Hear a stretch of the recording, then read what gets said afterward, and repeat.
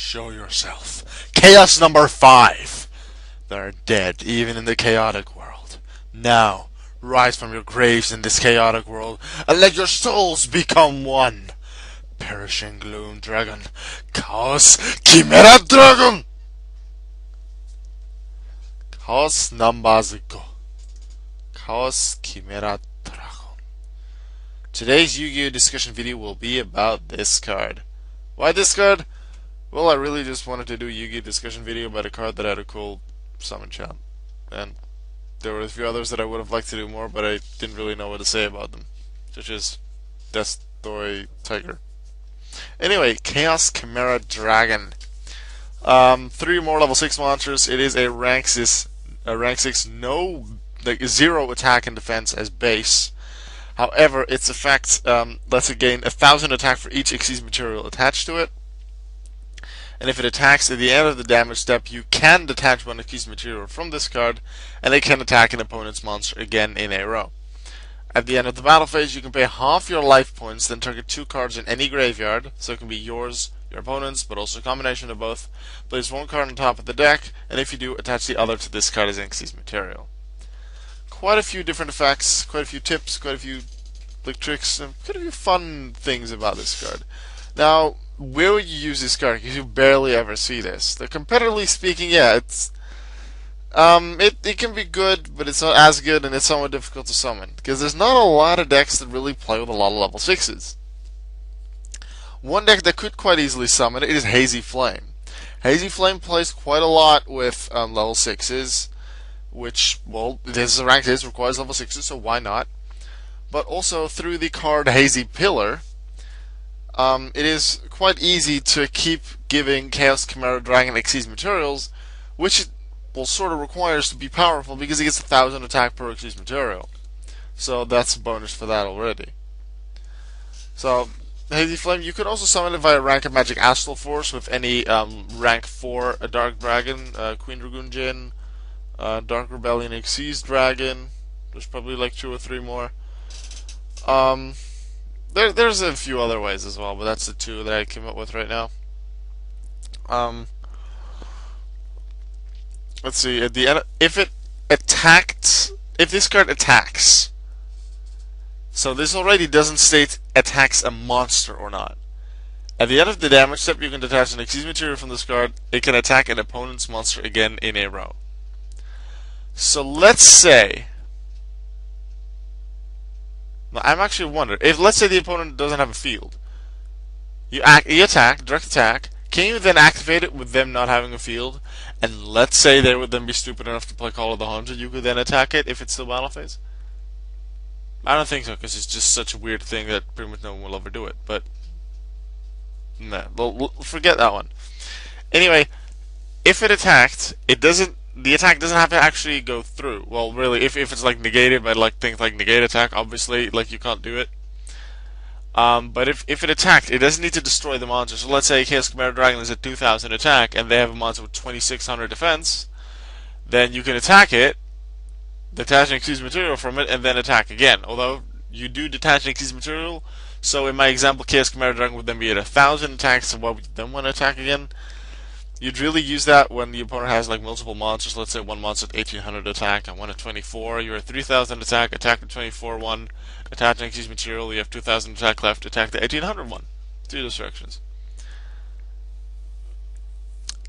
Interestingly, it says if this card attacks at the end of the damage step, you can attach an Xyz material, attack an opponent's monster again in a row. It doesn't state anywhere in that effect, or anywhere on the card really, that is a once per turn effect. So would the opponent have like 3 or more monsters, and you have a lot of attack power and Xyz material to use, you could just do know you'll be weakened quite a bit because of that. The other effect, at the end of the battle phase, so after you've done your attacks, you can pay half your life points, which can be quite a hefty cost, but in the late game it doesn't have to be. But do be afraid of the Gaga Cowboy 800. You can pay half your life points and target 2 cards in any graveyard, 1 on top of the deck, 1 as Xyz material. So you get 1 Xyz material for to use with like the second effect, but also to get 1,000 attack back. That's nice. So really, you just take a card that really is useless, you're never going to use again, like a random Call of the Haunted that you're never going to bring back from the graveyard. You can use that. But you can also choose for that XYZ material a card in the opponent's graveyard that you know they want to use. Let's say your opponent's playing Satellar Knights. You know they want to use things like Satellar Knight, Satellar Knight, Altair, Call of the Haunted, the other continuous trap to bring back Deneb from the graveyard to get their search off and to keep their combos going because of that.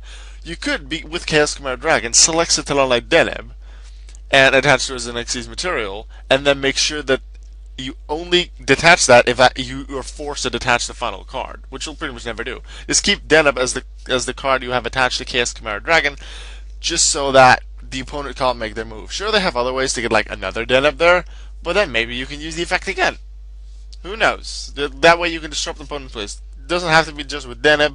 It can also be with a Necros card if the opponent only has one Necros card in the grave, so they can't use Necros or Valkyrus.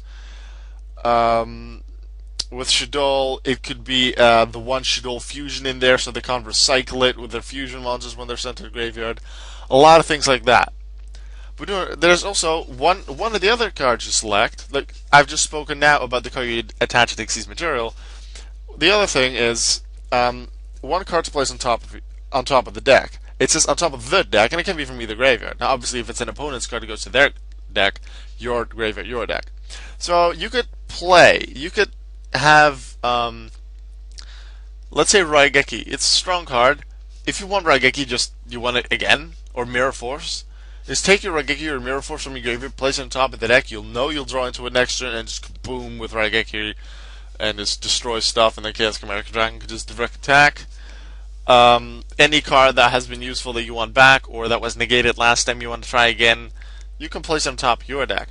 At the same time, you can place a card that your opponent doesn't want and place it on top of their deck.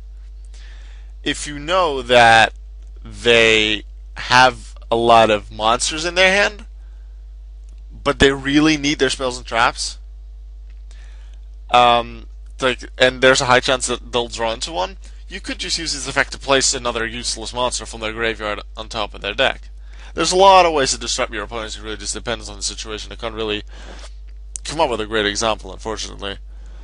But you can disrupt your opponent's plays, force them to draw into something that they don't want to draw into, which is good. Now, if you just look at the card itself, the card artwork and other things, card artwork wise, there's these little 4 orbs it has here. Now, these possibly represent the 4 Barians that Vector absorbed when in the Zale anime he summoned this card. It was the Vector that summoned this card. And at that time, spoilers by the way for Zale at the moment, shouldn't take too long. This is near the end of Zale. At that point, when he summoned this card, he was the only human near the end of the series, he had absorbed Mirag, Durbe, Girag, and Alito. These are Japanese names. Alito, so Alito, Gilag, Miran, I think it was, and Mizar. No, not Mizar. Dumon. He absorbed those 4, so you could really say that the red is Alito, green is Girag, purple is Durbe, and then the white, or really light blue, is Mirag. Also, another interesting thing is the fact that it is Chimera Dragon. You don't really see a lot of different heads, and a Chimera is usually known as having multiple heads. That could also be sort of a reference to how it was summoned in the anime, being used, having, I believe it was 3 or 4, 4 Chaos XYZ monsters being used as XYZ material for this card. I'd say that works, like those being the different heads of the Chimera. That's why it's a Chimera Dragon and not just a dragon, even though it has only one head. So that's the 4 different things, the 4 orbs, are the Chimera part of the dragon. Another interesting thing is that this is the first rank 6 Chaos monster, both Chaos XYZ and just Chaos. There's been rank 7s, there's been a lot of ones. This is the first rank 6. It's the only Chaos monster, I believe, although I'll have to check in the trivia to be sure. This is the only Chaos monster, or only number monster, I'm not actually sure, but only Chaos monster, I think, that doesn't have a set amount of monsters that it requires. Like, it has 3 or more level 6s, you could also go with the 4 and 5. There's regular Xyz monsters that have things like that too, but this, I believe, is the only number and or chaos that has that. Right, now we're going to go into the tips and the trivia pages just to see if there's anything else that I forgot, that I missed, that is worth mentioning. Tips, Rank of Magic mentioned. Argent Chaos Force, I guess. Outer Entity Nyarla, I guess, if you have it. Like, this is OCG, but if you have it, you could definitely use this card with a lot of different things. With Rank Up Magic, this card, I believe, was just created to work with Rank Up Magic, just because how it can manipulate its rank and like change type and stuff. It was just made for that. Let's see what else we miss. Hazy Flame, I did mention. Heretics. Once you've written the dictionary, any other song is a remix. Okay.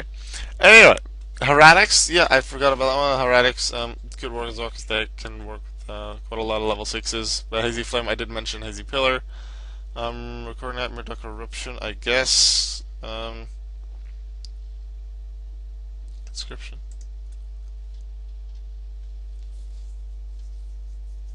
Interesting. I guess if you run a Chaos Chimera Dragon, you could use Conscription. Just place the card on top of their deck that you want to summon, and then play this. You meant every other book. Stop interrupting my videos. I really should just have a thing that says recording and put it on my door when I'm recording.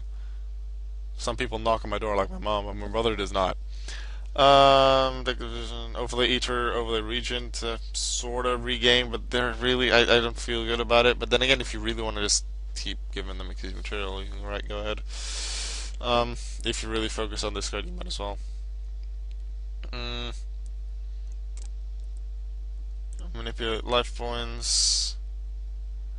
Give more equipment. Unstable Evolution could work. You can abuse your, change your life points and then use Megamorph, which is, I guess, an interesting thing, the way you can use it. Let's see the trivia.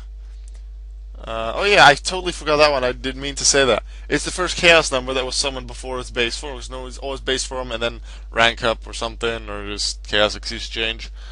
This is the first Chaos number to be summoned before its other thing.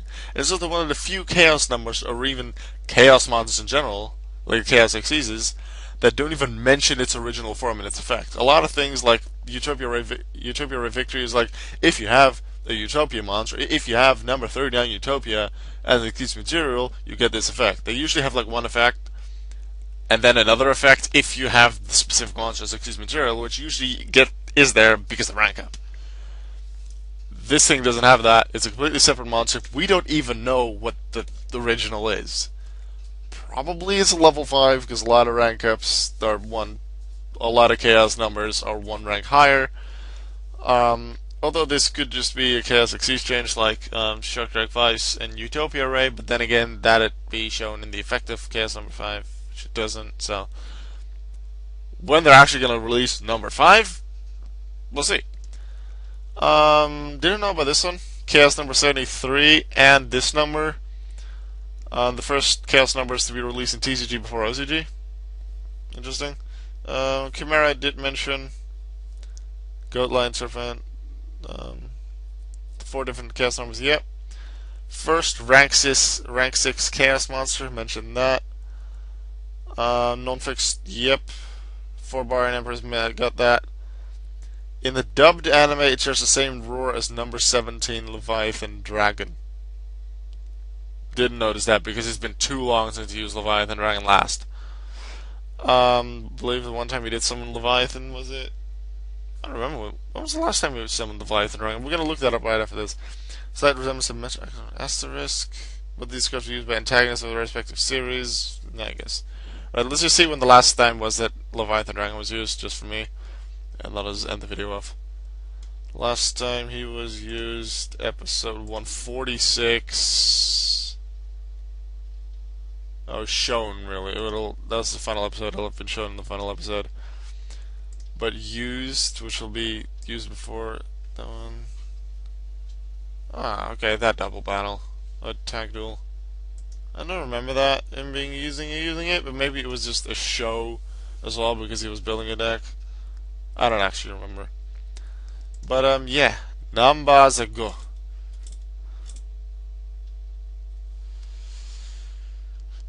Mororyu, Chaos Chimera Dragon. Chaos Chimera Dragon is how it's pronounced in Japanese. Right, I hope you enjoyed this video. I hope you enjoyed the discussion. I hope you maybe learned something from it. Maybe you can try and use it. What do you think about the card? I'll see you tomorrow in the next video. Bye.